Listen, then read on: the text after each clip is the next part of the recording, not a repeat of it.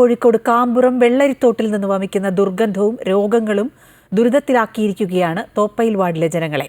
നവീകരണ പ്രവർത്തനം മുടങ്ങിയതോടെ വലിയ പ്രതിഷേധമാണ് ജനങ്ങളിൽ നിന്നും ഉയരുന്നത്. വിഷയത്തിൽ പ്രത്യക്ഷ സമരത്തിന് തയ്യാറെടുത്ത് BJP രംഗത്തുണ്ട്.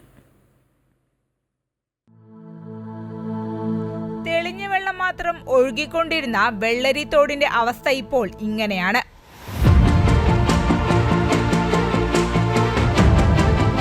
1.5 കിലോമീറ്ററോളം നീണ്ടുകിടക്കുന്ന വെള്ളരിത്തോടിന്റെ സമീപത്ത് താമസിക്കുന്ന നൂറുകണക്കിന് കുടുംബങ്ങളാണ് ഇതിൽ നിന്ന് വമിക്കുന്ന ദുർഗന്ധവും അസുഖങ്ങളും മൂലം ബുദ്ധിമുട്ട് അനുഭവിക്കുന്നത്.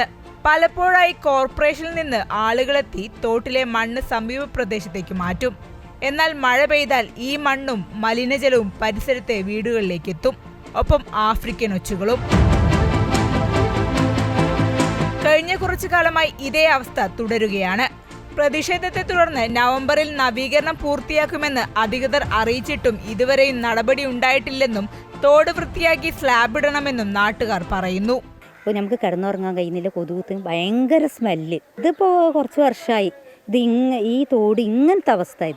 എൻ്റെ കുട്ടിക്കാലത്തൊന്നും ഇങ്ങനെ വേസ്റ്റും ഇങ്ങനെ ഉണ്ടാവലേ ഇല്ല. ഇപ്പോൾ സ്ലാബ് ഇട്ടിട്ട് ഇതിൻ്റെ അടിയിൽ കൂടി വെള്ളം പോകുന്ന അങ്ങനത്തെ ഒരു സജ്ജീകരണം ആക്കണം എന്നാണ് എൻ്റെ അഭിപ്രായം.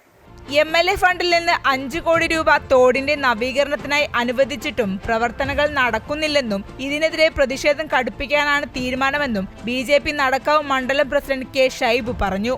ഈ പ്രാവശ്യം തന്നെ 8ഓളം വീടുകളിൽ ഡെങ്കിപ്പനിയും ചെറിയ കുഞ്ഞുങ്ങൾക്കടക്കം തക്കാളിപ്പനിയും റിപ്പോർട്ട് ചെയ്തു. ആരോഗ്യവകുപ്പ് റിപ്പോർട്ട് ചെയ്തതാണ്. ആ റിപ്പോർട്ട് ചെയ്തിട്ട് പോലും ഈ പ്രദേശത്തെ ജനങ്ങളുടെ ജീവൻ സംരക്ഷിക്കാൻ വേണ്ടി യാതൊരു നടപടിയും സ്വീകരിക്കുന്നില്ല. അങ്ങനെ ആരോഗ്യ മേഖലയിൽ വലിയ പ്രശ്നങ്ങൾ നിൽക്കുന്ന ഈ പ്രദേശത്തെ അവഗണിക്കുന്ന നിലപാടിനെതിരെ ശക്തമായിട്ടുള്ള സമരപരിപാടിയുമായിട്ട് ഈ പ്രദേശത്തെ നാട്ടുകാർ സംഘടിപ്പിച്ചുകൊണ്ട് ജനുവരി 5-ാം തീയതി ഈ കോന്നാട് പ്രദേശത്ത് വലിയ ഉപവാസ സമരത്തിന് BJP തുടക്കം കൊടുക്കും.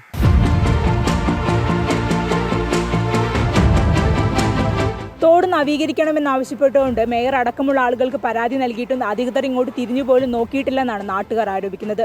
അതേസമയം വിഷയത്തിൽ പ്രതിഷേധം ശക്തമാക്കാനാണ് രാഷ്ട്രീയ പാർട്ടികളുടെയും നാട്ടുകാരുടെയും തീരുമാനം. ക്യാമറമാൻ മനോജ് പേരാമ്പ്രയ്ക്കൊപ്പം ലക്ഷ്മിപ്രിയ, അമൃത ന്യൂസ്.